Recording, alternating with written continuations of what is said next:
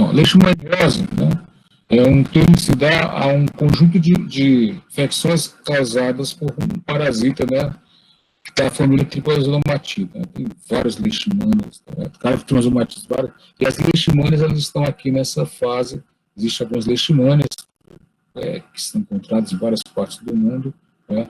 E algumas existem no Ceará e no Brasil, e algumas mudaram de nome, tem denominações. O fato é que hoje, basicamente, a gente sabe que as leishmanioses elas estão desde do continente eurasiático até o continente americano, né?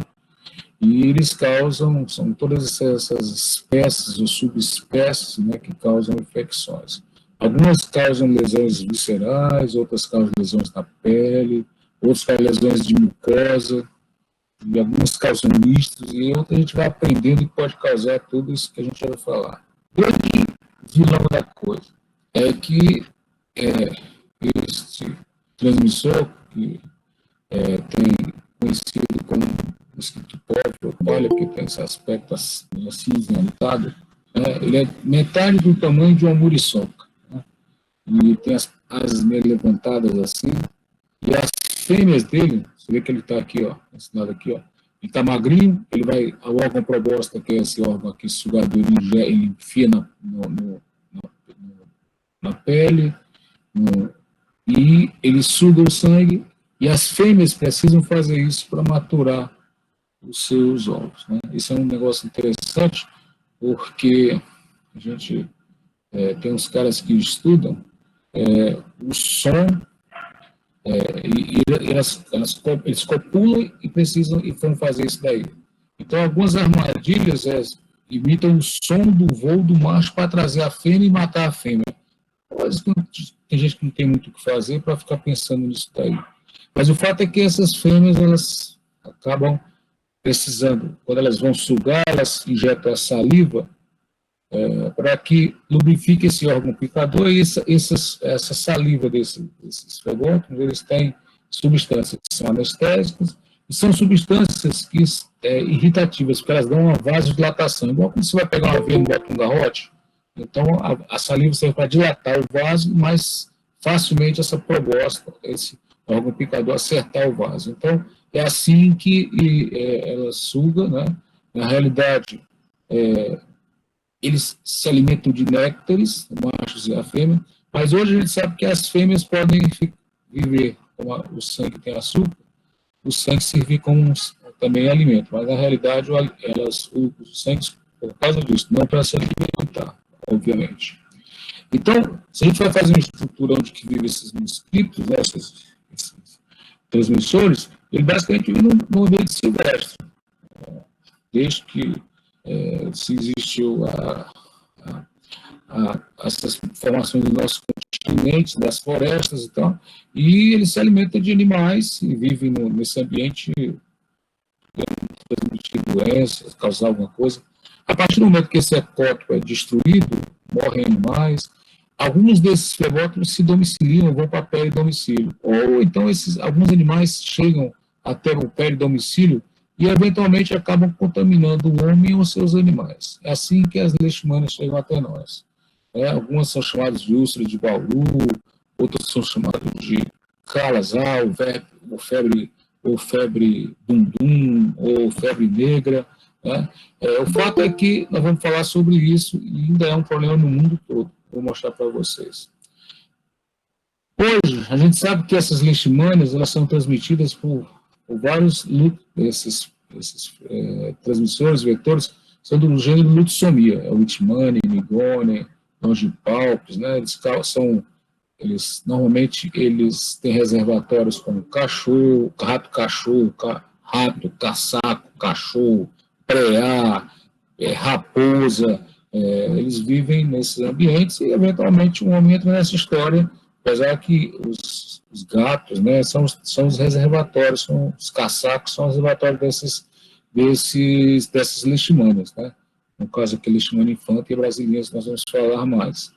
Então, se a gente perguntar assim, onde é que essas lutsomias estão? Hoje, por incrível que pareça, eu tenho gente que pegou lutsomia, Leishmania, ali perto da Guanambi, na Lauro Maia. A senhora pegou 5 lutsomia. E aí você fica assim, isso existe? Existe. Nós temos hoje lutsomia dentro de Fortaleza, né? E é possível que nas periferias isso exista mais do que nesses locais.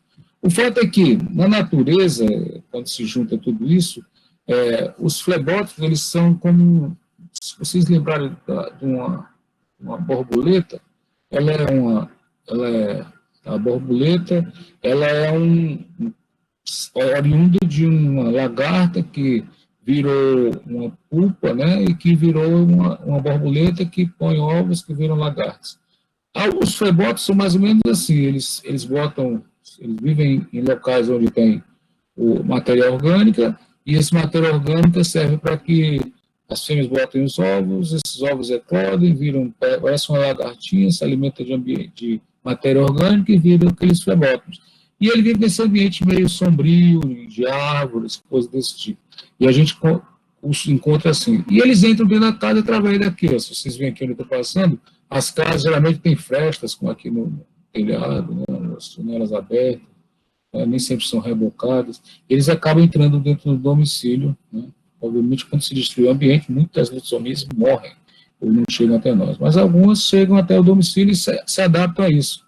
E aí passa a ver a transmissão. E aí elas causam, no caso de as leishmanias que causam lesões dérmicas, né, causam doenças. Você vê que o cachorro, o nome desse cachorro chama Tarzan. Ele era lá de Maranguape. Você vê que ele causou uma úlcera, né, feia nesse cachorro, né, e o homem podia causar também a mesma coisa. E se a gente, quando examina os animais silvestres, a gente nem sempre encontra lesões. Essa mesma leishmania que causou essa úlcera nesse cachorro, nem sempre causa, por exemplo, nos caçacos, nos ratos. Mas eles têm, dentro das suas vísceras, dentro do seu sangue, dentro dos seus gânglios, na pele, coisa desse tipo. A gente vai mostrar exatamente por que isso tem essa diferença. Então, aqueles flebótomos, né, eles picam aqui, e injetam na saliva quando eles estão contaminados daqueles animais que a gente falou que se recebem de reservatórios, e o homem, por acaso, passa a ser esse animal que ele vai sugar o sangue, a fêmea injeta a saliva, na saliva tem a leishmania ela tem órgãos que se locomovem, mas quando elas fazem um attachment, como chama? Elas se colocam junto, né, aos órgãos, e as células especializadas em fagocitose fagocitam esse corpo estranho, e ela rapidamente fala assim, para que eu quero esse flagelo, se eu não tivesse locomover? Ela atrofia esse órgão e fica aflagelada, né, ela se chama de amastigotas, é sem flagelo, e ela passa a se dividir por divisão binária, e essa divisão binária, ela como a leishmania é um animal, o animal, ele não fabrica o seu próprio alimento, ele tem que pegar o alimento pronto, então ele se aproveita daquelas células e se nutre disso daí, até que, de uma forma extremamente egoísta, na hora que essa célula não atende às suas necessidades, essa célula é rompida e cai outra célula, vê aquele corpo estranho, fagocita, e ele fica fazendo aquele ciclo de divisão e fagocitose, lesando, divisão, até que nós vamos ter complicações. E, eventualmente, se esse indivíduo que tem essas leishmanias no seu corpo for sugado por outro flebótomo, esse sangue que vai para o flebótomo, ele acaba levando leishmanias. Essas leishmanias, de uma forma inversa, se elas não se locomoverem, elas vão sair nas fezes desse flebótomo. Então, ele rapidamente volta a atrofiar o seu flagelo, começa a se locomover, e ele se dissemina pelo corpo do flebótomo, e alguns vão para as glândulas salivares, né? E as glândulas salivares, quando são injetadas a saliva para fazer a picada, eles acabam levando essas formas de leishmania. É assim que forma o ciclo, e tanto faz as leishmanias viscerais como tegumentares, elas causam praticamente isso daí. Né? É assim que faz. Você vai ter leishmania cutânea, alguns fazem cutâneas difusas, outros fazem lesão na mucosa, outros fazem lesão visceral. Vamos falar sobre tudo isso daí. Essa é a lesão cutânea, vocês lembram daquele cachorro? Pois é.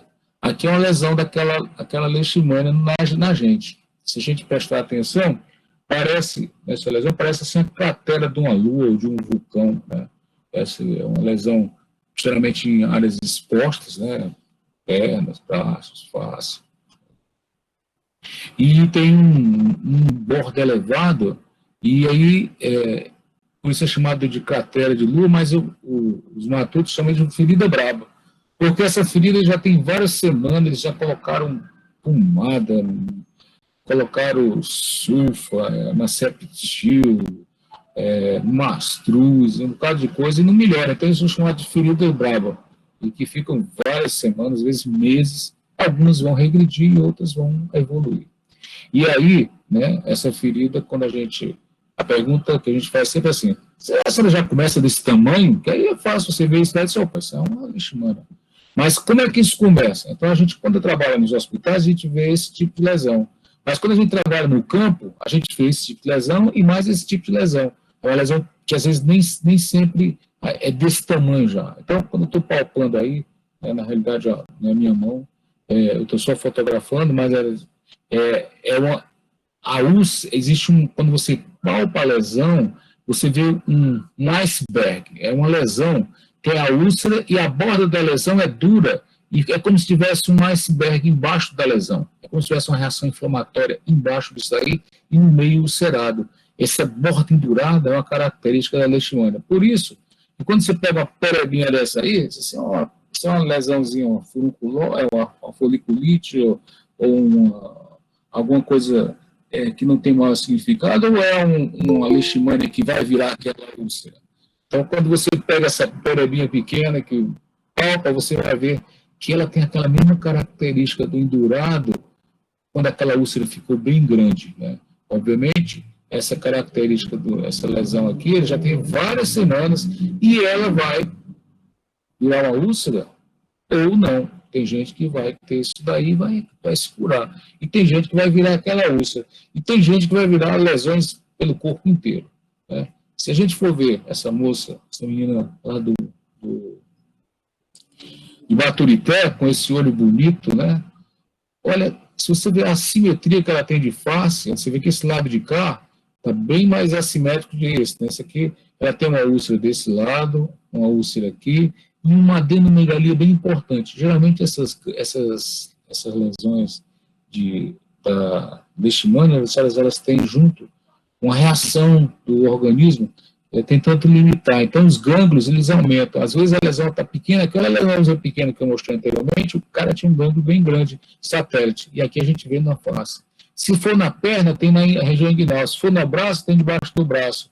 E assim vai. Esse gânglio satélite, às vezes, você vê, ó, a lesão é pequena ainda, mas já tem esse gânglio. E, às vezes, o paciente chega com uma lesão dessa, que a gente nem percebe muito, mas com um gânglio bem grande. Quando é inguinal, tem gente que confunde com uma doença sexualmente transmissível. Na realidade, a gente, essas adenomegalias a gente vê mais quando trabalha no campo. Quando a gente faz pesquisa de campo, a gente vê essas adenomegalias mais do que quem está na... E quando os pacientes chegam para a gente com aquelas lesões ulceradas, os gânglios são pequenos, já não estão tão exacerbados ou grandes quanto esse daí. A punção desses gânglios, a gente vê uma reação inflamatória e pode encontrar, inclusive, leishmania nisso daí. Alguns pacientes evoluem dessa forma. Provavelmente essa úlcera de leishmania foi disseminando por disseminação hematogênica, venosa ou linfática, foi aparecendo lesões, a primeira lesão foi essa e as outras foram aparecendo. Ou, se você for ver aqui uma lesão individualizar uma lesão como essa, parece uma lesão em cratera, e algumas coalesceram no rosto do Antônio. O Antônio, no rosto dele, ele tinha, foram contados, né, se eu não me engano, 50 e poucas lesões, quando se juntou cabeça, rosto e pescoço dele, cada uma lesão. Só nesse lado aqui tem 1, 2, 3, 4, 5, 6, 7, 8, 9, 10. E quem conta isso, geralmente, se tiver interno, é interno. Se tiver R1, é o R1. Questão de hierarquia, obviamente. Alguns pacientes chegam para a gente assim, né? Uma lesão como essa, uma lesão grande, é um senhor já, e essa lesão, foi feita uma biópsia aqui, está vendo a biópsia? Essa biópsia parecia que as alterações eram de uma neoplasia, Até que uma técnica nossa chamada Antônia, que é uma farmacêutica muito boa, encontrou uma leishmania. Procurou e achou uma leishmania. Ele disse, olha, isso aqui é uma leishmania, olha aqui. Não parece que já a histopatologia achou que era um câncer. E olha aqui o que aconteceu. Olha a destruição que ele tinha na mucosa, na cartilagem do nariz. Né? Isso daí, na realidade, é uma lesão cutânea, ou mucocutânea, de um paciente, e provavelmente ele tinha tido leishmania quando ele era bem mais novo, provavelmente ele teve uma leishmaniose quando ele trabalhava, trabalhando, se não me engano, no Pará, fazendo garimpo, coisa desse tipo, ele tinha várias cicatrizes na perna, e aí apareceu, depois de ele morar no Ceará, apareceu essa lesão no nariz, destrutiva, né? Então, essa é uma lesão mucosa, né, da leishmania. Isso pode ser no palato, pode ser na orelha, né, e no nariz, né, isso pode ter essas lesões. São lesões de pessoas já adultas, destrutivas, né, e a gente vê. Por que um paciente pode ter uma lesão que cura, uma lesão que dissemina, como a do Antônio, e pode ter um cara como essa aqui que destrói tudo, né? Então, a gente tentou ver a imunidade celular dos pacientes. Uma maneira de ver a imunidade celular, não sei se você lembra do princípio do PPD, da tuberculose. A gente pega, no caso aqui, a gente vai fazer um PPD, entre aspas, de leishmania, que chama-se intradermo reação de Montenegro. A gente pega as leishmanias, cultiva no meio NNN, que é um meio sólido e líquido, e as leishmanias que crescem se passam no ultrassom, o subinadote a gente trata, e esse subinadote tem antígenos de leishmania que você injeta na pele do indivíduo, intradermo, que você lê.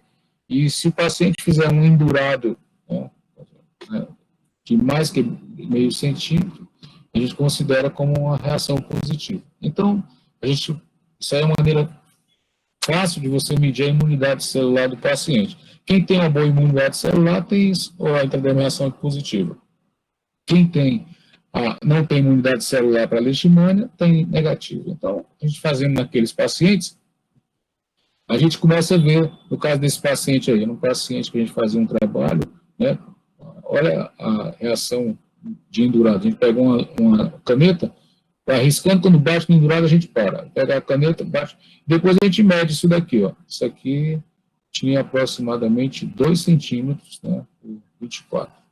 Bastante reação positiva para isso daí. A minha que eu já fiz, eu quase ulcerei quando eu fiz o meu trabalho. E aí, a gente pega um paciente como esse daí, que não tem nem úlcera, são manchas, parece inclusive sarcoma de Kaposi, né, ou uma lesão de Hanseníase, né, disseminada, né, e esse paciente, a gente fez uma biópsia, ele era um pescador ali do Pirambu, e aí quando ele já estava com essas lesões que já demoravam mais de mês, ele nos procurou e ninguém sabia o que era, e acabou a gente fazendo a biópsia e achando esse repleto de leishmania. E aí a gente fez o teste intradermal reação de Montenegro, era negativo, por isso, e ele não tinha nenhuma reação, tanto é que ele disseminou sem fazer úlcera, sem nada. E depois nós descobrimos que ele tinha um câncer de próstata. Né? A gente vê isso nos pacientes com HIV que não são tratados, os pacientes que têm alguma imunidade celular envolvida. Quer dizer, para fazer aquela úlcera, você tem que ter alguma coisa para poder fazer aquele endurado e necrosar em cima e fazer a úlcera. Aqui você vê que nem isso tem. Ele faz uma disseminação da doença sem causar nenhuma ulceração nem nada. São formas, a gente vê, que tem a ver entre a mesma leishmania pode causar toda aquela clínica e pode causar outra aqui totalmente diferente do que a gente está vendo, porque esse paciente é um paciente diferente, um paciente peculiar, onde ele tem imunidade celular alterada. Então, hoje a gente sabe que as leishmanioses, quem entende de imunidade, né, você vê que a leishmaniose cutânea mucosa, ela tem a ver com a imunidade TH1. E a imunidade TH2, né, a gente vê isso daí. O ótimo é isso daqui, é a leishmania cutânea, onde tem pouco parasita, pouco anticorpo, e ainda dá uma reação positiva. E esse ICM, que dá uma reação muito positiva, o que acontece? É um paciente que tem pouco parasita, lembra aquele senhorzinho lá? Muito anticorpo, e a reação celular dele é muito grande, que ele destrói as células. Né? O paciente que tem muito parasita, como aquele paciente que eu mostrei por último, tem muito anticorpo, ele não consegue ganhar, ele fica fabricando anticorpo que não consegue ganhar briga, e a imunidade dele celular é negativa, então ele tem muitas leishmanias, mas não consegue vencer a lesão, não consegue vencer. Então, se é muito, destrói o hospedeiro, se é pouco, dissemina o parasita. Então, o ótimo é ter isso daí, como tudo que a gente vai ver nas doenças que vocês vão ver. A gente sabe que o diagnóstico desse paciente, se você dá de uma forma, geralmente se escolhe a lesão mais nova, né? As lesões mais velhas nem sempre tem tanta leishmania, que o organismo elabora alguma defesa e vai ganhando a briga, mas as lesões mais novas é que a gente pega, e não adianta biopsiar o centro da lesão, porque isso aqui só tem material necrótico. E aí, se você olha isso daqui, você tem que pegar a borda da lesão, anestesia, e tira a lesão, tanto da borda como de pele normal, para você comparar isso daí. Se faz um imprint, ou se faz o estudo patológico, se coloca na pele, se cora pelo se você vai ver as leishmanias. As leishmanias, vocês lembram da parasitologia, são essas formações celulares, né, com citoplasma, né, e aí esses parasitas respondem, né, quando você é tratado, né, a grande maioria a gente consegue tratar, obviamente que uma lesão como essa vai deixar uma cicatriz bem característico, né, com esse tecido neoformado bem fino, né, pergaminaço, brilhante, bem característico das leishmanias, né, aquele senhor que tinha lesão no nariz, ele tinha várias dessas lesões cicatrizadas na perna, como se ele tivesse tido, fez uma defesa, ganhou, e quando ele veio para o Ceará, talvez ele está mais velho, deve ter sido inoculado, e fez aquela reação toda exacerbada, mesmo com poucas leishmanias. Então, esses pacientes, você vê, ó, tem essas lesões, parecem umas moedas, né?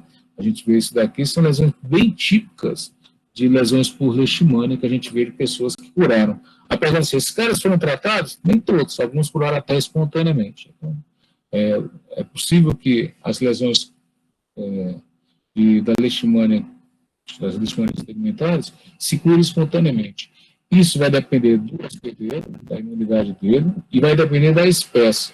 Por exemplo, as leishmanias tegumentares brasileiras, a brasiliense, né, brasiliense, ela tende a estar mais lesão de mucosa.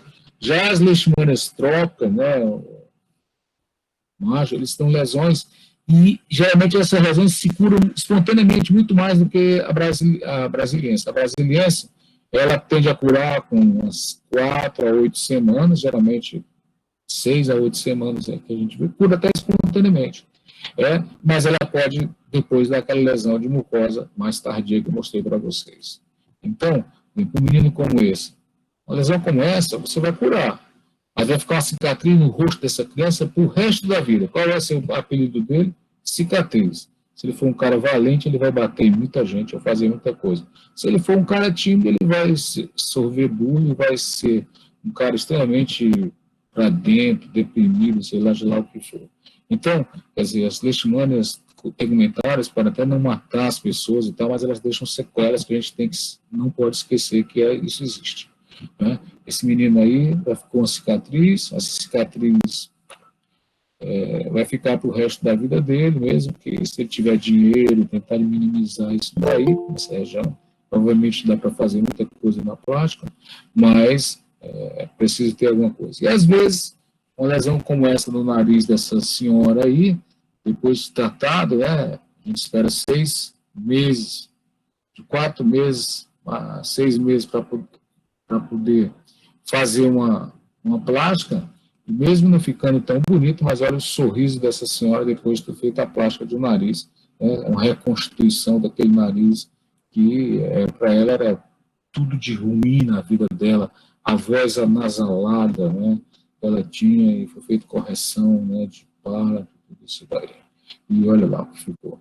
Mas razoável, né, para ela, e é uma coisa que você vê, mas você vê, eu falei que tratou a leishmania, esperou vários meses para poder tratar, para poder fazer a cirurgia, porque você podia muito bem o trauma cirúrgico desencadear alguma coisa misturado com essa complicada coisa de imunidade que nós falamos para vocês. E esse paciente é um paciente de Capuí, esse moço tinha um olho azul, descendente provavelmente de holandês, muito branco, você vê que ele tem várias ceratoses e carcinomas basocelulares aqui, né? E ele tinha uma lesão no olho que foi tratado como uma leishmania, né? Porque tinha um bordo elevado, essa coisa toda. E ele nos foi encaminhado quando ele já tinha tomado 880, não sei quantas ampolas de glucantime. Será que ninguém desconfiou que na 100ª ampola tinha algo errado? Eu sei que conseguiram fazer tudo isso e nos mandaram. Isso, na realidade, era um câncer, né? Era branco, né? Provavelmente um câncer do sol, um câncer no espírito celular, que invadiu o olho. Ele perdeu esse olho, foi feita nucleação e esvaziamento, e ficou fechado o olho dele, né? Até para pôr prótese depois. Não sei se foi conseguido. Mas o fato é que ele ficou muito grato a gente, porque ele já não aguentava mais. Ele disse que algumas vezes achou até lavas de mosca nessas feridas, né? Um mau cheiro absurdo que tinha. Né? E ele nem se atentou que houve um erro, né, do diagnóstico. Então, as doenças tem que ter muito cuidado, porque podem parecer leishmania, tem leishmania que parece outras doenças. É importante saber dar o diagnóstico, tratar corretamente, porque você pode trazer repercussões como essas daí por um erro de diagnóstico, ou pela localização que nós já falamos para os outros, né, as cicatrizes que nós falamos. Né. A leishmania, não adianta dizer, será que isso existe mesmo? Existe, continua existindo, e quando a gente fala em leishmania, assim, é 50 mil, 60 mil, né? A gente tem quantidade grande de pessoas com leishmania nas Américas, né? E o Brasil, né, corresponde à grande maioria dessas leishmanias cutâneas no caso. Né? Se for comparar, nós temos uma quantidade grande de pessoas, né, que o Brasil tem de pessoas jovens, né, de 20 a 50 anos, né, e uma quantidade grande de crianças ainda, né, mas assim, uma quantidade grande de pessoas que são acometidas com leishmanias cutâneas e mucosas, uma estatística mais ou menos recente. Né. Elas ciclam, né, tem época que aumenta, época que diminui. Geralmente, quando aumenta as chuvas, aumenta a formação de... Nós tivemos uma epidemia em Baturité, quando houve uma pessoa importante resolveu construir, né, as coisas no terreno, na terra que ele tinha lá, matou, destruiu os ecótopos e os flebótomos acabaram entrando nas casas vizinhas e nós começamos a ter uma epidemia de leishmaniose em Baturité. Nós tivemos um trabalho dia de quarta-feira e num dia só nós chegamos a diagnosticar 60 pacientes novos com leishmania. Nós denunciamos isso aí, mas a pessoa era muito rica e acabou não dando em nada. Né? E aí isso varia, né? A região o norte e o nordeste continua realmente sendo grande celeiro das leishmanias, né? E infelizmente isso existe, né? E continua existindo. As leishmanioses tegumentares continuam a existir, alguns focados onde tem Mata Atlântica, você vê isso daqui, e onde tem destruição das matas, como aqui na região sudeste, né? E alguns onde não tem ainda destruição, elas nem existem, obviamente. As leishmanias, né, elas parasitam todas as células do sistema fagocítico mononuclear. E algumas, elas têm predileções pelas células térmicas, outras pelos gânglios, outras pelos órgãos internos, como fígado, baço. Então, nós temos, são lesões viscerais, né, e é conhecido como as leishmanioses viscerais. As leishmanioses viscerais, elas têm menor número do que as leishmanias cutâneas, mas mesmo assim não deixa de ser significante, com algumas centenas de casos anualmente. Ela costuma cursar, nas épocas mais secas que a gente tem, elas aumentam, nas épocas que tem mais chuva, elas caem. E assim a gente vê isso daí. Essa aqui, em 2012 choveu, 2019 tem muita chuva, cai bastante. Assim fica circulando essa coisa semântica. Quanto mais casos, mais letalidade. É uma coisa individual. E aí a gente vê que são pessoas, principalmente crianças, acometidas a leishmanioses que se visceralizam, e um número também não pouco significativo de adultos jovens. A leishmania visceral é uma doença que mata muito. Então, a letalidade alta. Se as pessoas não forem tratadas, a letalidade passa dos 90%, principalmente nas crianças, nós vamos falar, e nos adultos. Nós vamos falar um pouco sobre isso. Eu não sei responder porque é que tem mais homens do que mulheres, né? Mas depois que a gente começa a estudar mais, a gente vê o seguinte, ó, que pelas idades, né, a gente vê o que é que predomina aqui, quando a gente vê homem e mulher, na época que as mulheres, os hormônios, parece que os hormônios protegem um pouco as mulheres, quando elas começam a ter hormônios, você vê, com 14 anos e tal, quando elas entram na andropausa, né, a menopausa, né, começa a ter uma desproporção, os homens passam a ter muito mais do que as mulheres.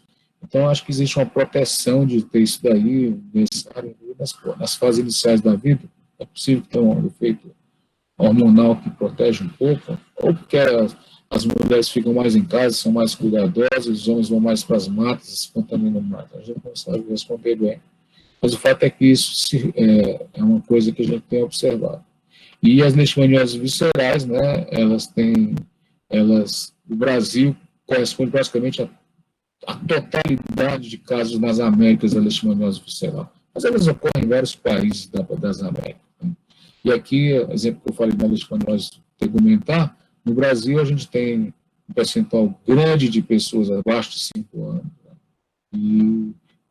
e adultos jovens acometidos para isso daí. E é basicamente a leishmaniose visceral, um dos maiores estudiosos de leishmaniose visceral chamava-se Alencar. O Alencar foi meu professor, era um grande epidemiologista, não era um clínico, mas ele era epidemiologista, um cara visionário, né, que foi um cara que estudou as leishmanias viscerais, né, até que algumas fotos de cachorro e raposa foram colocadas, eram uma das pesquisas do Alencar, né, na época que ele trabalhava aqui, foi professor.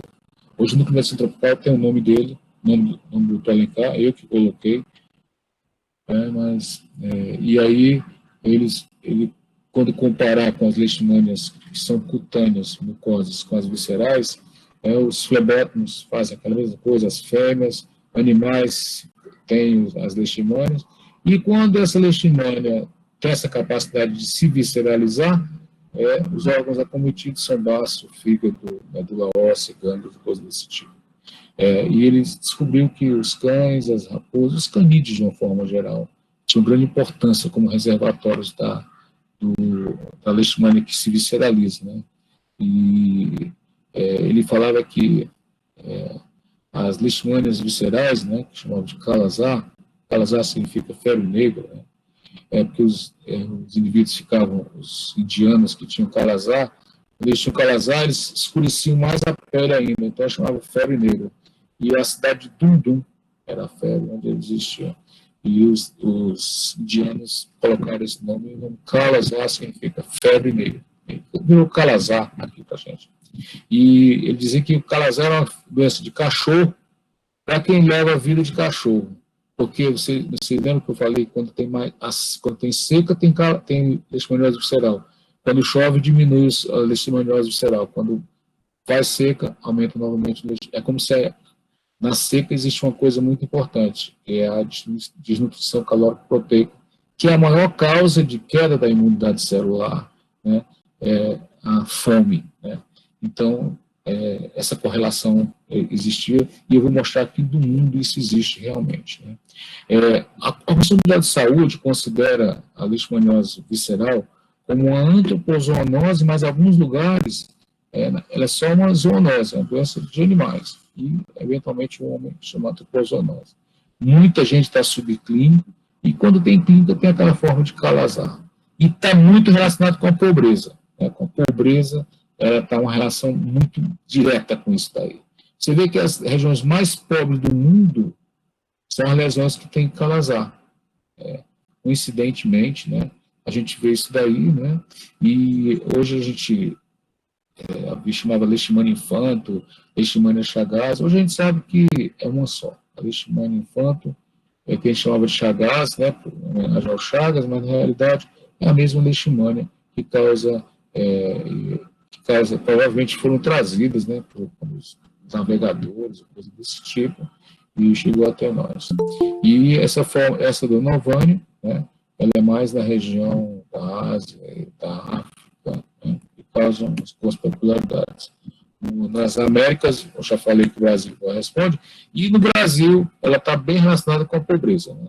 A pobreza, né, você vê, então, ela está nos cães, nas raposas, nos gatos, nas periferias, e hoje o transmissor é essa lutsomia longipalpis. A gente ainda está errada, é a leishmania infantil, né, Machagase, peço desculpas, eu vi aí, mas a leishmania infantil.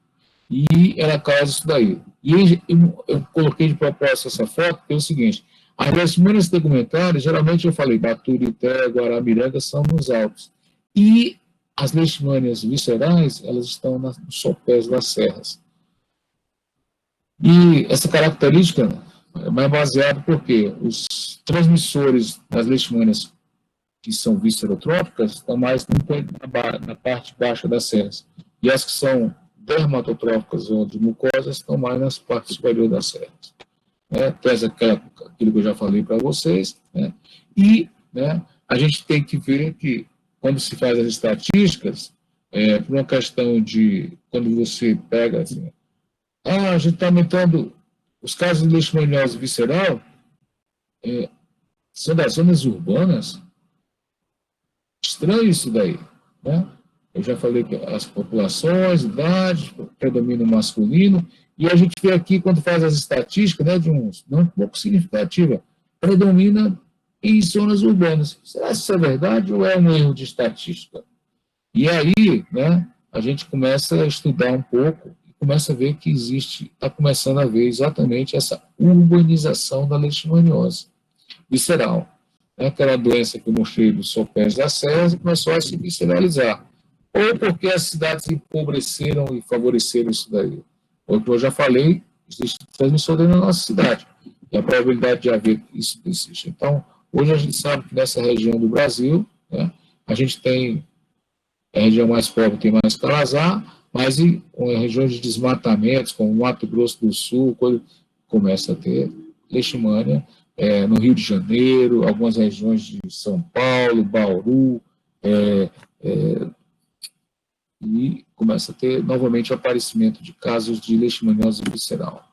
E a leishmaniose visceral, segundo a OMS, ele considera como uma doença emergente e descontrolada. Porque está aumentando o caso, está aumentando a área, como eu falei, está começando a ter urbanização, e nós temos alguns picos epidêmicos. Então, é uma doença que está descontrolada. A OMS, que chama Tropical Disease Research, que é o TDR, né, categoriza como uma doença emergente descontrolada. Né? E nós temos que ter diagnóstico, drogas e ferramentas para controlar isso daí, e a gente tem que começar a estudar, porque é uma doença que mata. Né? Você vê que esse menino aqui é um menino desnutrido, barrigão, com baço no fígado bem palpável, né? Bem aumentado, cabelo de milho emagrecido, né? E isso daí, para quem é de Teresina, não sei se vocês conhecem, isso aqui é um quadro de um cara chamado Nonato. O Nonato é um cara que é um pintor aqui do Ceará. Esse quadro está na Universidade de Harvard, o cara sabe nem que existe esse quadro dele na universidade, e representa exatamente a seca, o cara indo embora, mas ele está indo embora com a família, mas levando o cachorrinho, e esse cachorrinho, lembra que eu falei que eles são reservatório de leishmania, acabam levando as leishmanias junto com ele. Se lá tem transmissor, acaba vendo a transmissão. Então, o que é que tem observado? Aqui, eu estou mostrando aqui, que é do Piauí, não sei se conhece esse estado chamado Albertão. Aqui é o Albertão.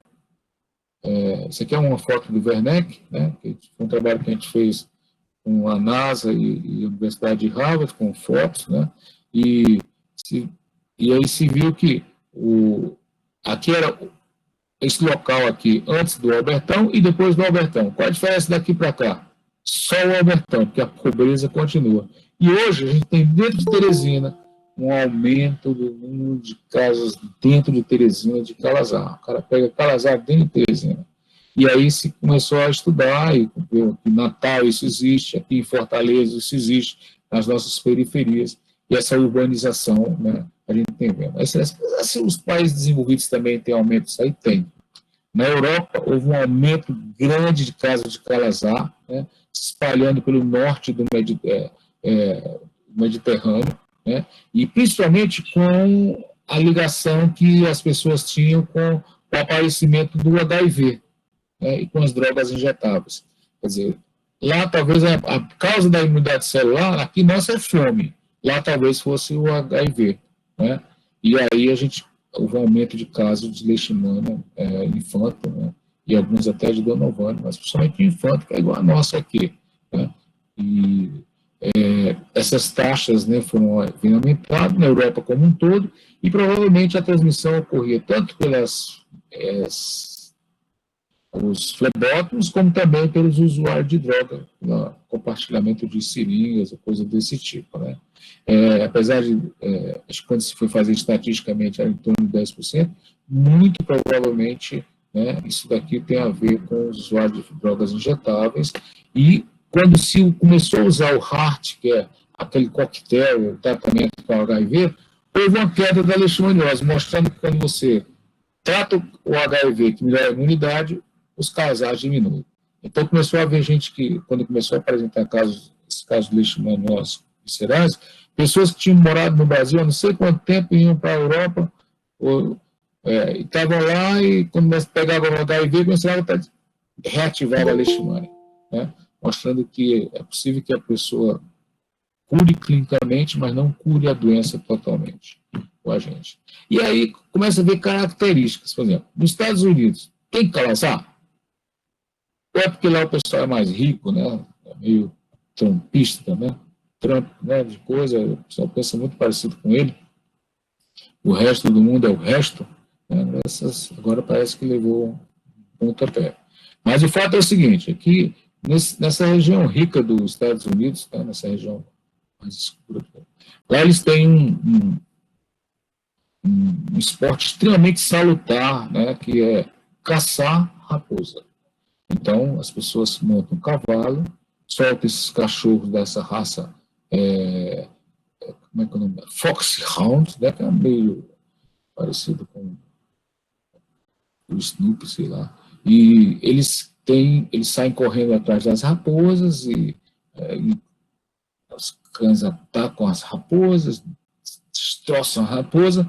Um esporte extremamente interessante, né, para essas pessoas que têm poder aquisitivo de ter um puro sangue e ter essas matilhas de cachorro. O fato é o seguinte, é que lá eles começaram a importar esses cachorros no começo dos anos 2000, e lá praticamente não tinha leishmania, mas quando com a importação de cães e tal, começou a aumentar uma quantidade grande de cães com calazar morrendo, fazendo necrópsia com calazar. E aí, eles falam assim, puxa vida, e lá eles têm a lutsomia xanônica, a lutsomia que transmite leishmania visceral. Mas lá é o seguinte, ficou praticamente entre os cães. Talvez porque as pessoas são bem alimentadas, as casas não propiciaram a domiciliação dessas lutsomias, né?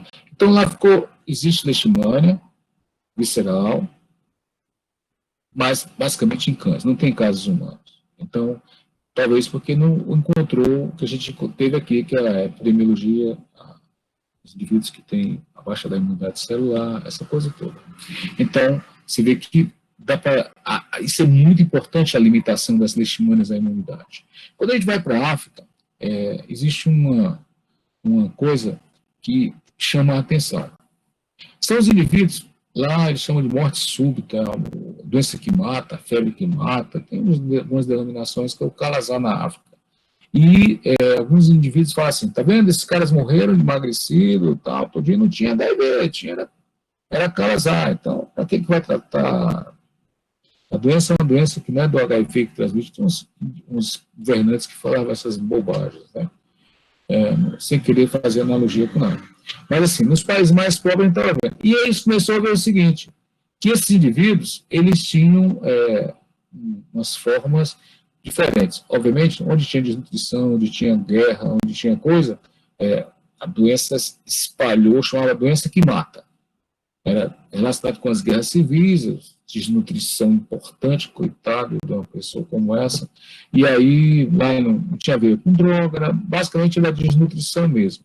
E mesmo quando tinha a infecção com HIV, o fato maior era a desnutrição que imperava sobre isso, né? E quando tentou se extrapolar, vamos ver o lugar mais pobre do mundo do que isso. Aí os caras falam assim, vamos lá em Biá. Alguém vai falar em Biá? Biá é um lugar que a renda per capita é menos que $2 por ano, né? Os caras vivem de comer arroz, né? E algumas proteínas, caramujo, sei lá o que for. E lá eles começaram a ver leishmania visceral. E lá eles têm uma doença visceral que não tem animal, é do homem para o homem. E se foi ver que a letalidade é alta também, lá a leishmania, no caso lá, a leishmania é diferente da nossa infanta, chama leishmania do novânio. E interessante é que ela tem a capacidade de parasitar a pele. Então, o indivíduo que escapa da leishmania, se o cara é mais nutrido, ele se infecta, fica bom e faz a chamada leishmaniose da época pós-calazar. Ele fica com as leishmanias na sua pele e ele passa a ser o disseminador da doença. Tá? Se ele não for tratado, então é assim que faz. É uma na realidade, é uma doença que é uma antroponose, é uma doença de homem para homem, lá nesses locais da Ásia e da África, né? Onde a transmissão ocorre de homem para homem, mas tem a ver com a imunidade celular baixa, com tudo isso daí, né? E quando a gente começa a ver esses lugares, né, a gente pensa que o mundo é só Jericoacoara e Fortaleza e shopping, coisa desse tipo, né? Existe um mundo muito maior e mais pobre, mais carente, que a gente nem sempre tem a ideia que existe pessoas que vivem com $2 por ano, né? Que acaba tendo, vivem de uma coisa miserável, né? Isso aqui é um hospital considerado de luxo, né? Lá em Biá. O cara tem uma cama, um colchão. Então, quer dizer, são essas coisas que fazem com que a gente tenha essas disseminações dessas doenças ligadas à pobreza. E a leishmaniose visceral é uma delas, né? Ela só tem aumentado, ela tem aumentado, quanto mais pobre tem. E aqui é o Ceará, só falou na situação, o Ceará foi secretário de saúde. Não sei se vocês estão vendo aqui, chama a atenção, esses atletas, né, que nós estamos vendo aqui, cara magro, um rosário raquítico. E o que chama a atenção é que eles têm essa cor encerada, né? Assim, porque nós não temos muito negro no Ceará. É um cara desnutrido e eles têm aqui, estão desenhados na barriga deles, o fígado e o baço, o fígado e o baço, o fígado e o baço. Esses meninos, o pai fala assim, doutor, eu vejo a barriga dele se mexendo, que é o baço, quando ele respira, o diafragma empurra o baço e faz assim, na ponta do baço balança na coisa. Você vê se, olha o tamanho do baço desse cara aqui do meio. Basicamente a barriga inteira, né, o tamanho do baço. Né?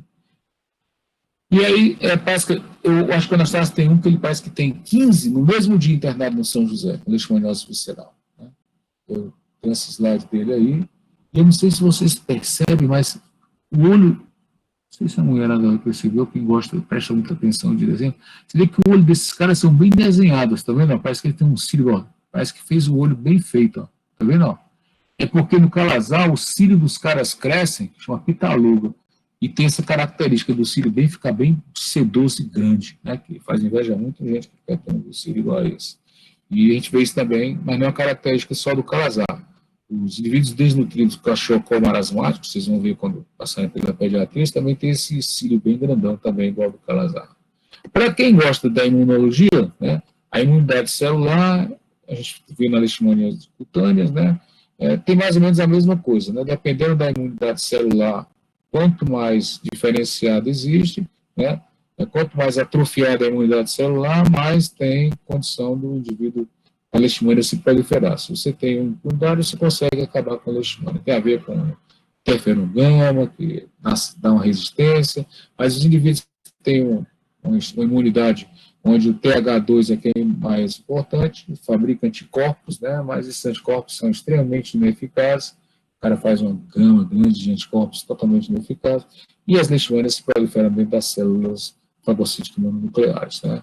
Então, hoje a gente sabe que é assim que elas sobrevivem, né, e fazem esse ciclo, e mesmo um macrófago que é especializado em destruir células, elas têm mecanismo, a leishmania tem mecanismo de escapar, ou elas têm substâncias que inibem isso daí, ou elas aproveitam as proteínas dessas células para se encontrar, ou se escondem dentro dos fagolisossomos para que não sejam reconhecidos.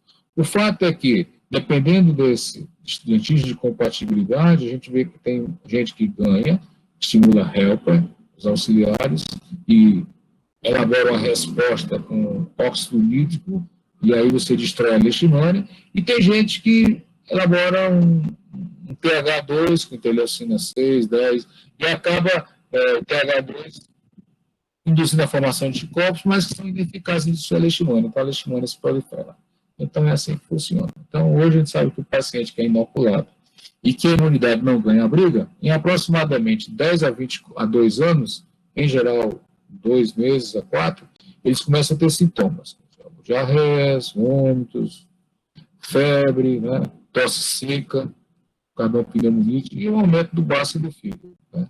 Principalmente, né, a gente vê o fígado, o baço bem aumentado.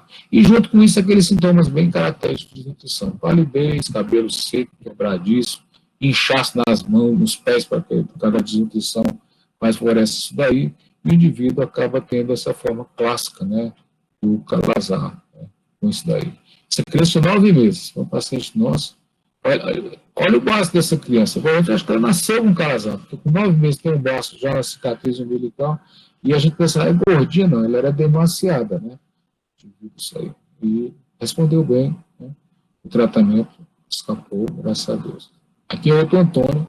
O Antônio já era adolescente, né? Já estava com uns 12 anos, mas ele não passava, ele era do tamanho de uma cadeira comum, essas cadeiras que a gente tem fica na mesa da gente, e você vê que o cílio vira bem sedoso, está vendo aqui, ó? Aquilo que eu falei para vocês, emagrecido, fígado, baço, com a chanfradura, é o tamanho do baço. O Antônio, nós tratamos esse menino e ele ficou internado na época do Natal.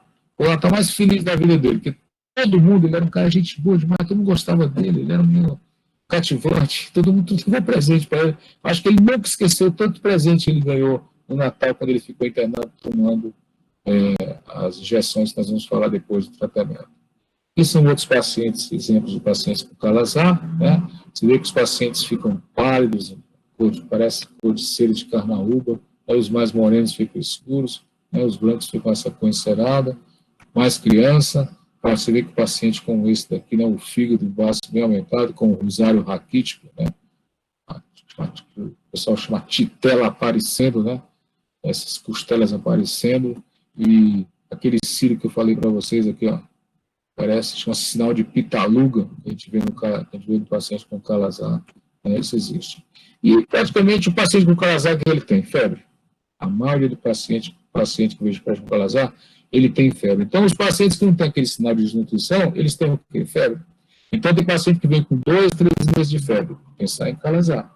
Porque se o cara vem na zona endêmica, às vezes ele não tem ainda aquela desnutrição, não houve aquela desnutrição importante, e você vê uma febre com hepatoesplenomegalia. Basicamente, é isso que a gente vê no paciente com calazar. Então, a febre é a maior característica que a gente vê nesses pacientes, né? E, dependendo da intensidade, do grau, você vai vendo que o paciente vai se acentuando esses sintomas de nutrição, principalmente, e junto com isso, alguns laboratórios, como a anemia vai se acentuando, os leucócitos vão caindo, a plaqueta vai caindo, e aquela formação de anticorpos cada vez fica mais desregular. Então, aumenta a formação de anticorpos, o cara faz uma quando se faz eletroforese de proteína, você vê uma gama globulina bem aumentada, que esses anticorpos são extremamente ineficazes, não resolvem nada. Então, hoje, a gente sabe que os pacientes com calazar, quem que vai complicar? São as crianças que estão entre 6 meses e 1 ano, os mais velhos. Pessoas que já vêm com infecções bacterianas, como pneumonia, diarreia, coisa desse tipo. Né? Pacientes que já tiveram leishmania reativa, esses pacientes são mais graves. E os pacientes, obviamente, que têm edema, porque significa que estão tão desnutridos, que estão com extravasamento, né, essa diminuição da pressão colodosmótica, extravasa para o intestino, causando edema. E quanto mais tempo de febre, mais alarma que pode ter, ou alerta que pode ter uma forma mais grave. Hoje a gente sabe que esses sinais são sinais de gravidade. Então, pacientes que têm tudo isso nós já falamos, e que tem icterícia, quer dizer, fica com um aumento do falo do bispo, e que tem o olho amarelo, que geralmente casar não dá icterícia, mas quando tem icterícia é grave. Então, se ele chega toxemiado, muito digestivo, e que tem, junto com isso, infecções bacterianas, quando eu falo bacterianas, podem ser, inclusive, micobactérias como tuberculose, salmonela, esses pacientes têm mais gravidade, são sinais de gravidade no paciente, né? A letalidade existe, né? Ela tem aumentado, talvez por causa do empobrecimento, ou por causa das secas, ou coisa desse tipo, e praticamente a gente vê a letalidade mais nas crianças e nos mais velhos. A gente tem visto que tem aumentado nesse ponto, né? Porque existem as comorbidades de outras doenças neoplásicas, né? E diminuição de eficácia da imunidade, né, nos pacientes mais velhos, e a imaturidade dos pacientes mais jovens, né? Então, acaba a gente tendo uma letalidade nesses dois polos dos pacientes, como diz o Calazar. E o diagnóstico do Calazar, por exemplo, que a gente fez na leishmania tegumentar, a gente procura a leishmania onde ela está. No tegumentar, a gente procura na pele, no gânglio, na mucosa. Na visceral, procura nas vísceras. Então, você faz a procura de diagnóstico, né, da leishmania nas vísceras, e junto com isso, os exames laboratoriais que vocês vão ver, né? Existe uma pancitopenia, o cara tem um hemograma onde tem leucócito baixo, hemoglobina baixa e plaqueta baixa. Tudo baixo, né? E esses pacientes, né, aumentam, quando o fígado está comprometido, aumenta as transaminases, né, TGO e TGP, e aí tem aquela inversão, a albumina cai, que o fígado não está fabricando, e a globulina sobe, que são os anticorpos mal feitos. Que não tem importância. A medula óssea, você faz a punção, ou procura no baço, ou procura no fígado. Aqui no Ceará, a gente procura mais na medula óssea, talvez porque nós somos nosso paciente chega tão ruim, plaqueta tão baixa, que a gente não tem coragem de funcionar o baço ou o fígado desses pacientes. Então, mas na Bahia se faz muito diagnóstico de punção de baço e de fígado. Aqui a gente tem a experiência nossa de medula óssea.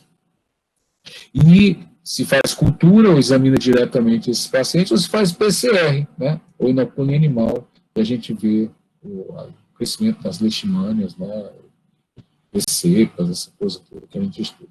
Diagnóstico da forma não flagelada da mastigota da leishmania, isso daí, no aspirado de medula, né, nas biópsias ósseas, os patologistas veem as leishmanias, eu considero muito difícil de ver isso daí, mas eles veem. Eu não sou patologista. Mas, assim, hoje a imunistoquímica ajuda muito a ver isso daí. Então, se cora as amastigotas por técnicas de imunistoquímica que acabam dando um diagnóstico. Elas ficam imunomarcadas e o diagnóstico é mais fácil de fazer, né? E aquele teste de intradérmico que eu falei para vocês, né? E o Calazar, como é que ela é? Geralmente é negativo, né? Porque senão o cara não tinha Calazar. Quem tem leishmaniose que se visceraliza, mas a imunidade do cara é boa, dificilmente ele vai ter a leishmania, ou vai ter de uma forma frustra, ou vai se curar e nem vai chegar até o nosso para ele dar o diagnóstico. Mas o que a gente vê é o seguinte: o paciente tem uma forma negativa, o intraderma, a reação dele é negativa, o teste intradérmico de Montenegro é negativo, mas quando você trata o paciente, ele é positivo.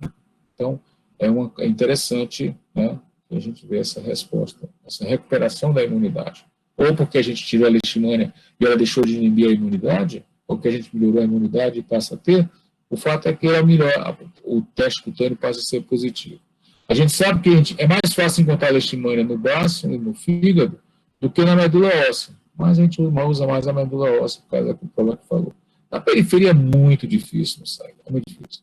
Agora, nos buff coat, coisas desse tipo, na periferia, você às vezes pode encontrar. Né? Uma coisa que foi feita, inclusive a tese de um aluno da gente, chamado Nivon, nós fizemos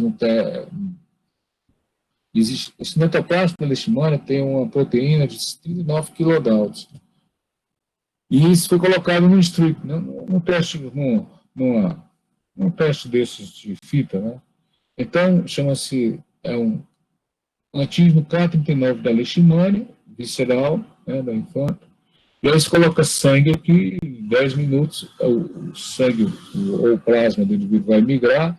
Se ele tem anticorpo contra essa coisa, aqui é o controle, porque quando você coloca, ele está branco. Se você, quando o sangue do paciente ou o soro do paciente coloca, ele migra, ele reage primeiro para dizer que aquela lâmina, aquela fita, está correto, está direito. E se ele tem anticorpo contra o K39, significa que ele tem positivo contra essa proteína da leishmania. E a gente testou isso em pacientes com HIV, com doença de Chagas e tal. A gente só reagia quando tinha leishmania visceral, só leishmania infantil. E a gente achou, poxa, descobrir um negócio que vai servir para a gente usar, quando o paciente curar, será que ele vai deixar de ter K39? Errado. O paciente que tem K39 positivo vai ficar com K39 positivo para a vida toda, ou pelo menos enquanto a gente estudou, por alguns anos que a gente estudou, né, a gente viu isso daí. A gente estava começando a testar na urina, né, o K39 na urina, os pacientes com Kala-Azar tinham K39 na urina, mas aí faltou dinheiro para a gente estudar mais, para ver se ele via como critério de cura, mas ainda é um trabalho que a gente pretende fazer, se a gente conseguir provar que as universidades não só tem gente que fuma maconha leprelada, né? Existe gente que faz pesquisa de séria e gente muito competente. O diagnóstico diferencial da leishmania visceral, tá? Ela é muito parecida com outras doenças, como as leucoses. O linfoma parece muito com Kala-Azar, malária, né? Uma doença chamada histosomose mansônica, uma forma que chama-se uma associação com salmonela septicemia prolongada, parece muito, mas vocês vão ver isso na prática, né? Quando os pacientes, quando vocês começarem a passar pela infecciose, vocês vão ver isso daí, né? E a gente hoje sabe que os pacientes que o laboratório tem menos de 1.000 leucócitos, a plaqueta está menos que 500, 50 mil, está muito anêmico, né, com a hemoglobina menos que 7, né, e as creatinina, que é a função renal, está com uma creatinina acima de pelo menos 2 ou coisa desse tipo, né, e a atividade protomínica baixa, esses pacientes acabam tendo uma condição de evoluir para letalidade muito grande, e é mais fácil se internar esse paciente para tentar ver. Aqui são fluxogramas que a gente coloca para seguir o paciente com Kala-Azar, com leishmaniose, né? Aqui no caso aqui é leishmaniose visceral, com sim ou com não, você vai lendo isso daqui, eu não vou entrar em detalhes, porque vocês depois veem isso daí. Na verdade, isso é uma tentativa de qualquer pessoa, independente de conhecer Kala-Azar ou não, respondendo sim ou não, saber conduzir o paciente, quando interna, quando não interna, ou dizer assim, esse paciente é mais grave, o paciente não é grave. A tentativa é isso daí. Sempre vendo os sinais de alerta, que eu já falei, aqueles sinais de gravidade que eu falei, e aquelas achados laboratoriais que eu falei. Juntando com isso tudo, paciente que vem da zona endêmica, né? Um cara que vem da Suíça com febre, você não pensa em Kala-Azar, mas um cara que vem lá do Canidé com febre, você pensa em Kala-Azar, né? Questão epidemiológica. Tratamento, que vocês também têm importância de ver isso daí. As drogas que a gente tem são drogas que quem descobriu isso foi um cara chamado Gaspar Viana, um cara que morreu muito precocemente, porque ele foi fazer uma necrópsia e quando foi fazer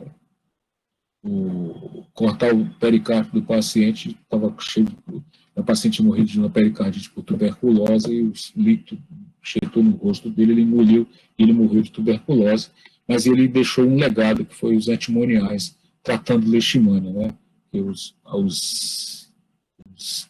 Na Índia, né, quando os indivíduos pegavam leishmania visceral, né, os ingleses colocavam num local para serem tratados. E era uma coisa meio assim, você ia para lá e nunca mais saía. Muitos morriam também.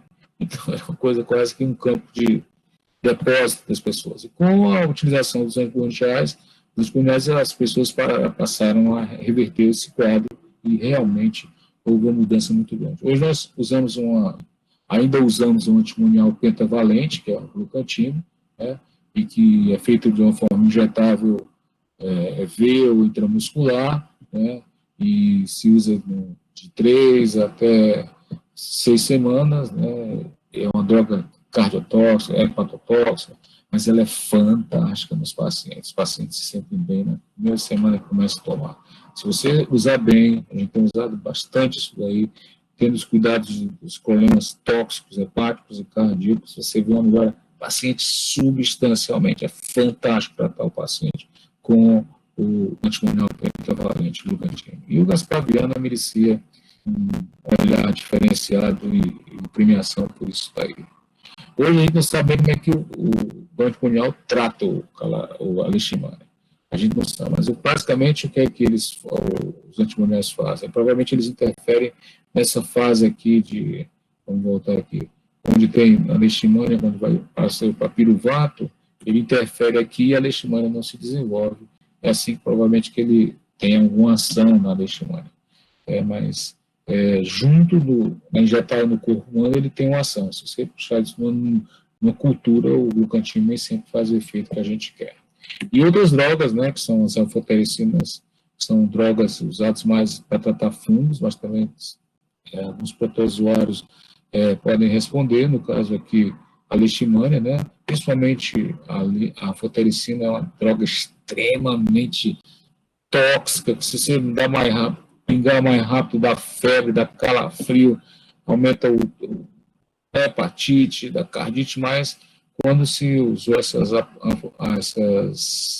apresentações lipossomais ou coloidais, esses achados diminuíram bastante, e isso daí só tem um empecilho, né? Cada frascozinho deve custar uma bagatela de uns R$2.000, e o cara toma uns 3 a 4 por dia, então imagine 2 semanas ou 3 semanas tomando isso daí, dá para comprar um carro, né? E outra droga é a pentamidina, que pode ser usada também. A pentamidina, ela pode ser usada, é usada em outras doenças também, né?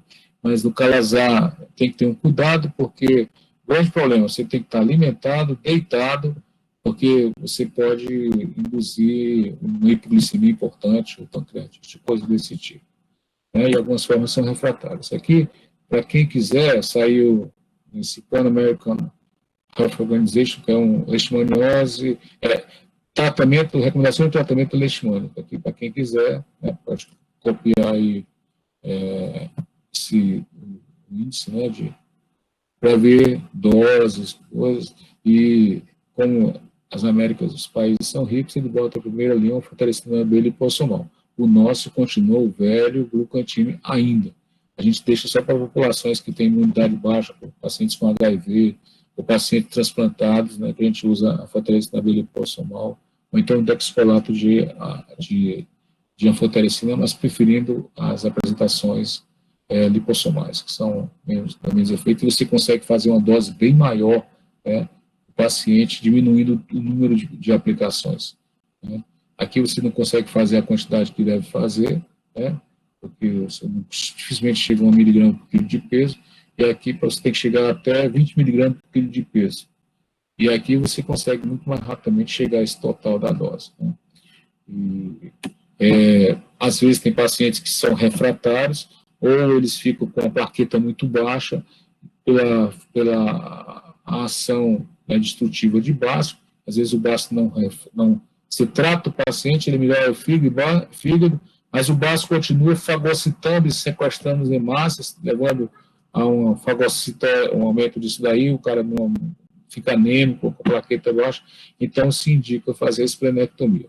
O cara que faz a esplenectomia quando criança, ele vai ter alterações chamada TUFTS, e eles ficam mais favorecidos a terem infecções com germes, bactérias encapsuladas, como pneumococo, né, meningococo, e aí é o seguinte, eles têm que ser vacinados contra isso, né, vacinados contra pneumococo para diminuir essas chances de ter essas infecções. Staphylococcus também eles têm mais infecções. Os adultos que fazem a esplenectomia já não tem tanto esses problemas, é interessante, parece que chega na hora que já ensinou a imunidade a ganhar a briga sem o baço, né? Mas as crianças têm esse problema, elas ficam favorecidas a ter essas infecções, né, meningites ou infecções pneumocócicas. E aqui, né, aqui a letalidade da doença, eu já falei para vocês, aquela coisa do sexo, aqui existe uma mudança, os femininos morrem mais. Por que isso ocorre, né? Será se é porque elas deixaram de ter os hormônios que tinham antes? Não sei. O fato é que tem muita coisa em leishmania que a gente não sabe. Né? Quando a gente mostrou aqueles casos lá, a gente viu que existia mais homens do que mulheres, mas a letalidade aqui, ó, a cura é espontânea, mas a letalidade é maior nas mulheres, em algumas faixas etárias. Né? E a profilaxia se faz com inseticidas, né, nas casas, a transmissão dos cães diminuindo, tratando os cães, não existe tratamento, infelizmente. Algumas pessoas falam que, trata, pô, os cães são tratados, na Europa são tratados, na Europa, os cães são tratados com um antibiótico chamado aminosidina, que é um aminoglicosídeo. Eles ficam surdos, mas ficam vivos. E eles ficam num canil com ar-condicionado, pressão negativa. Eu não tenho na minha casa ar-condicionado com pressão negativa. E eles têm um canil com isso daí. Então, não tem condição de fazer isso.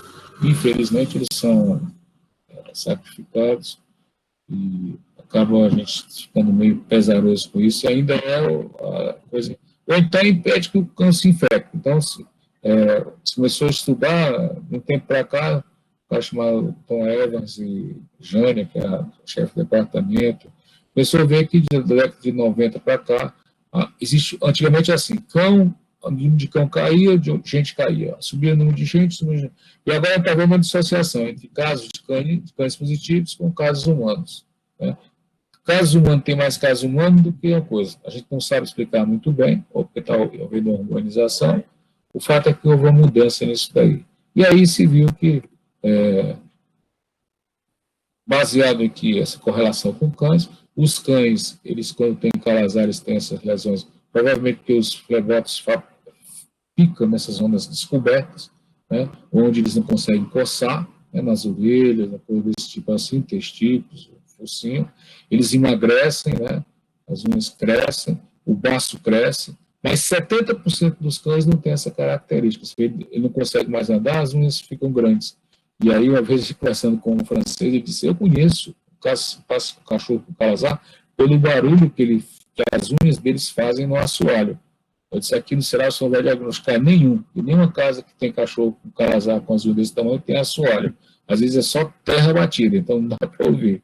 Mas o fato é que ela não gasta, acaba crescendo. E às vezes é um cachorro sem nenhuma lesão, saudável aparentemente, e o baço imenso. Já a tese do Marcos Davis, né, que a gente orientou, o seu Ed, a gente viu que tinha cães, 70% dos cães sem nenhuma lesão de pele, sem nada, mas com o baço imenso, cheio de leishmania. Aqueles cães iam desenvolver leishmania ou não iam desenvolver? O fato é que a gente não tem como estudar isso aí e acaba sacrificando esses cachorros. Ou então fazendo isso, né? Isso aqui é o meu Eusébio, né? Isso é uma coisa extremamente comum, né? Onde se vive dessa forma, né? Isso aqui não adianta ser mais real do que o rei. E a gente sabe que os cães, né, de uma quantidade grande de cães examinados, aproximadamente 5% a 6% dos cães têm sorologia positiva. Até que a gente fez um cara chamado Kili Kennedy e o Zé Wellington Oliveira, e um cara, eles acabaram fazendo uso dessas coleiras impregnadas de inseticida, e hoje já existem várias marcas. Essa daí chamava-se Excalibur, que hoje ainda existe para vender, talvez seja mais caro. E um dos guardas bolou essa forma de proteger, porque quando colocava essa coisa, os cães metiam a pata e arrancavam, então na seca quebravam.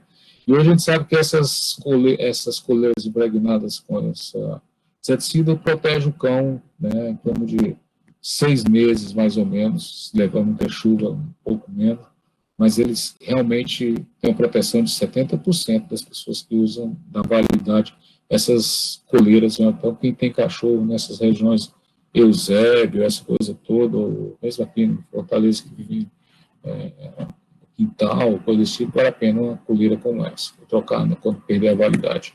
E A gente tem que as leishmanias cutâneas, tegumentárias, se trata basicamente com as mesmas drogas, o antimonial pentavalente e tal. E aí surgiu uma outra droga aqui chamada termoterapia. Que é isso daí? Vou mostrar para vocês um trabalho que a gente fez sobre isso. É bem interessante para a gente pensar. E uma droga que tem sido usada principalmente na Ásia, que é a mitefosina. Só que a mitefosina, apesar de ter a droga que vai tratar a leishmaniose, tanto de um viral, ela tem induzido resistência e nem tem tido o resultado que a gente pensava que tinha.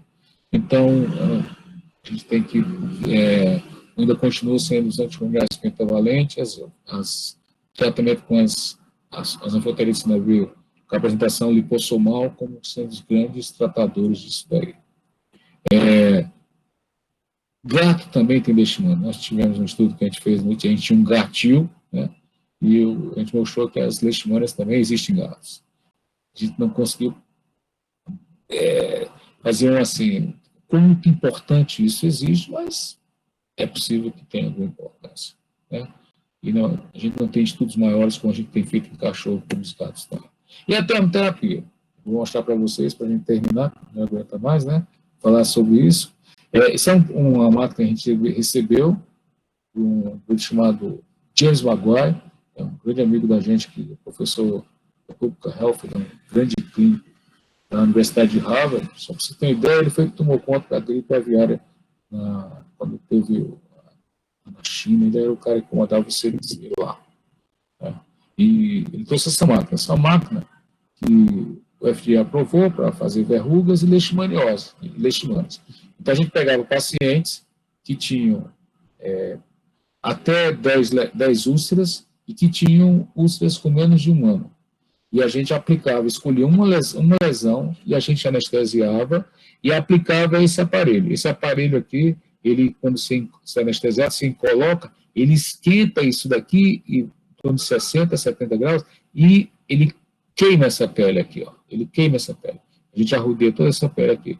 Então, o cara tinha 5, 10 lesões. A gente aplicava numa e a gente viu que as outras lesões, aqui a gente aplicava, fechava e as outras lesões também fechavam.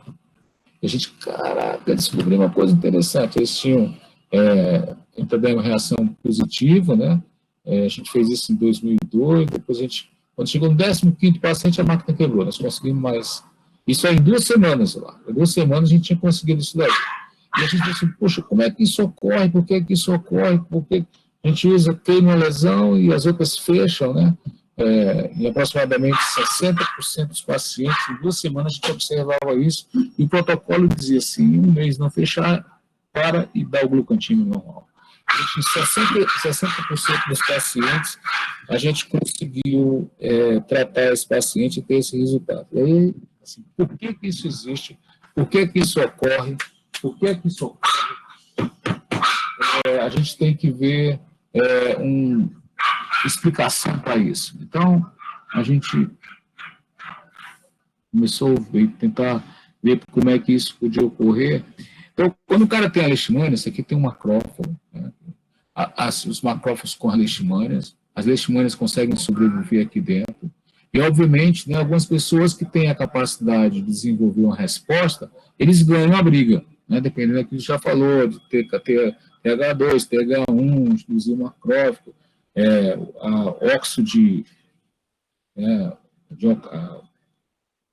os peróxidos, né, aquela coisa que eu falei para vocês, os linfonodos, o CD4, CD8, essa coisa toda, e você acaba vendo isso aí. Então, quando você queima uma lesão, o que acontece? Você destrói aquele ecótopo que a leishmania estava protegida dentro dos macrófagos, coisa desse tipo. E você expõe para o organismo como um todo, para as células dendríticas, as células de linfonodos, você expõe antígenos que estavam escondidos aquele mecanismo de escape da leishmania, porque estavam escondidos nos fagos lisosomas, nas células fagocitárias. O fato é que essa exposição de antígeno faz com que você elabore uma defesa e ganhe a briga e acabe com as leishmanias que estão no corpo daquele indivíduo. E daí a importância de tudo isso aí, assim, então, dá para a gente pensar numa vacina. E aí fizeram uma vacina, estou clavando leishmanias, e a doutora Margarida, que é professora de vocês, usou isso nos indivíduos que faziam tiro de guerra, né? Os 70% dos caras que iam fazer tiro de guerra no serviço militar e acabavam fazendo um trabalho onde eles ficavam um tempo na floresta da Serra, né? Porque nós temos Mata Atlântica aqui, na Serra, e eles pegavam leishmania. E a gente começou a vacinar e havia uma proteção de alguns meses para esses indivíduos, né? Positivando a reação de Montenegro e tal.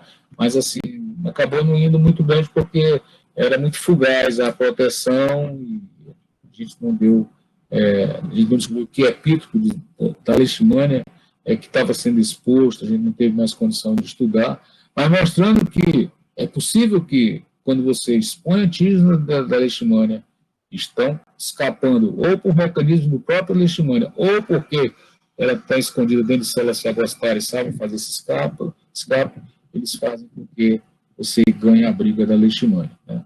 Mostrando isso daí. Então, era isso que eu tinha a falar para vocês. Se tiver alguma dúvida, espero que vocês tenham bastante dúvida, porque senão não adiantou nada a gente ter falado tudo isso. Doutor Ivo, muito obrigado pela sua excelente aula.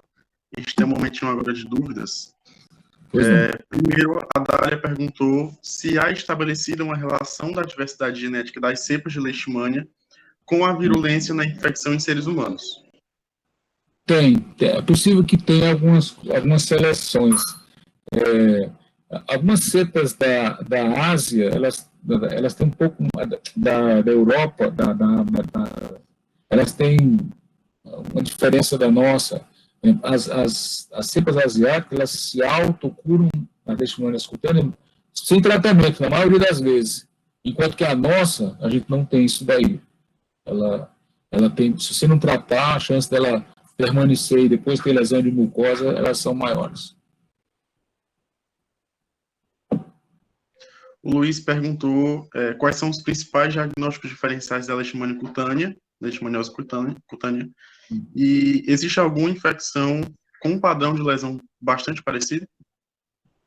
Eu mostrei para vocês tanto lesões, existe uma doença chamada úlcera fagedênica tropical, que é causada por um streptococcus que causam lesões muito parecidas com leishmania. A única diferença é que isso chamada úlcera fagedênica é porque as lesões chegam escorrendo, como se estivesse chorando, né, fagedênicas.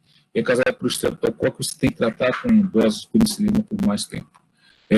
As lesões, os cânceres de pele são muito parecidos com leishmania, né, podem parecer, né, e mais recentemente algumas lesões de tuberculose a gente tem visto.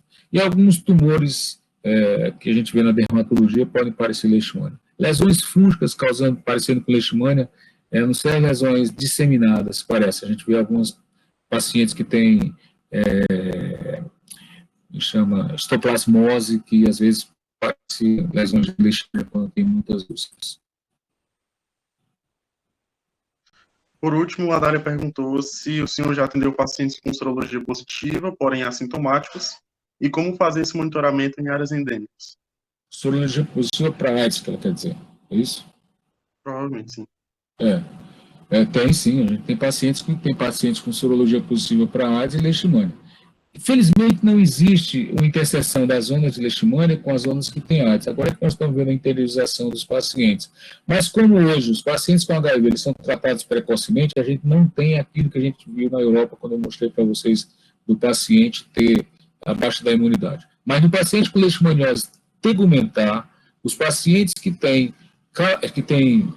não estão com a imunidade recuperada e que não são tratados, eles têm formas que a gente difíceis de tratar. Quando a gente não tinha um tratamento para o HIV, que hoje não tem cura, mas tem tratamento, o paciente ele ficava tendo recidiva, a gente não parava nunca de dar tratamento, porque ele, se parasse, ele voltava a ter lesões de pele. Então a gente tratava e ficava dando a cada 2-3 semanas uma dose de profilática de glucantina, de anfotericina V para poder manter. Hoje, quando você trata o paciente, a célula CD4 recupera, o paciente melhora, a gente tem visto que os pacientes eles têm menos essa recidiva e respondem melhor ao tratamento sem ter que ficar fazendo tratamento profilático. Mas alguns pacientes a gente tem que ficar fazendo, quando a gente vê que, quando para o medicamento, existe uma recidiva da doença, da leishmania. Esses pacientes HIV positivos. Ela falou aqui no chat, na verdade, ela queria saber se era comum na prática se há de ter sorologia positiva para leishmaniose e o paciente estar assintomático.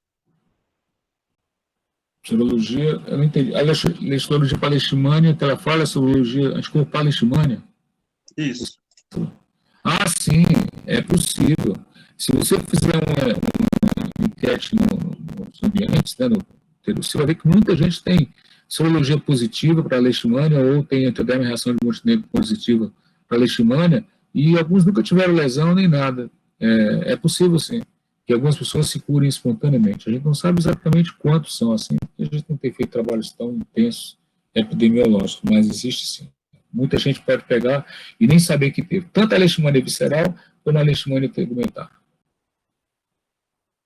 Certo. Doutor Ivo, essas foram as perguntas. A LED agradece imensamente a sua disponibilidade. É um prazer para a gente, para todo mundo que está assistindo, ter um professor, pesquisador, médico do seu gabarito aqui com a gente. Muitíssimo obrigado. A gente tem para mim, é o maior orgulho ter vocês como alunos. Vocês, com certeza, vão passar de mim. Esse é que é o maior orgulho que eu tenho de vocês, é isso. Espero que fazer com que alguns sejam infectados com essas bobagens que nós falamos aqui e passem a trabalhar com isso, né? Isso que é importante. É um grande prazer ter vocês, falar com vocês, responder as dúvidas, né? E estar junto com vocês. Isso aqui é muito bom. Obrigado, doutor. Professor velho como eu é que incentiva a gente a continuar fazendo isso daí. Certamente. Obrigado. Grande abraço. Boa noite a todos.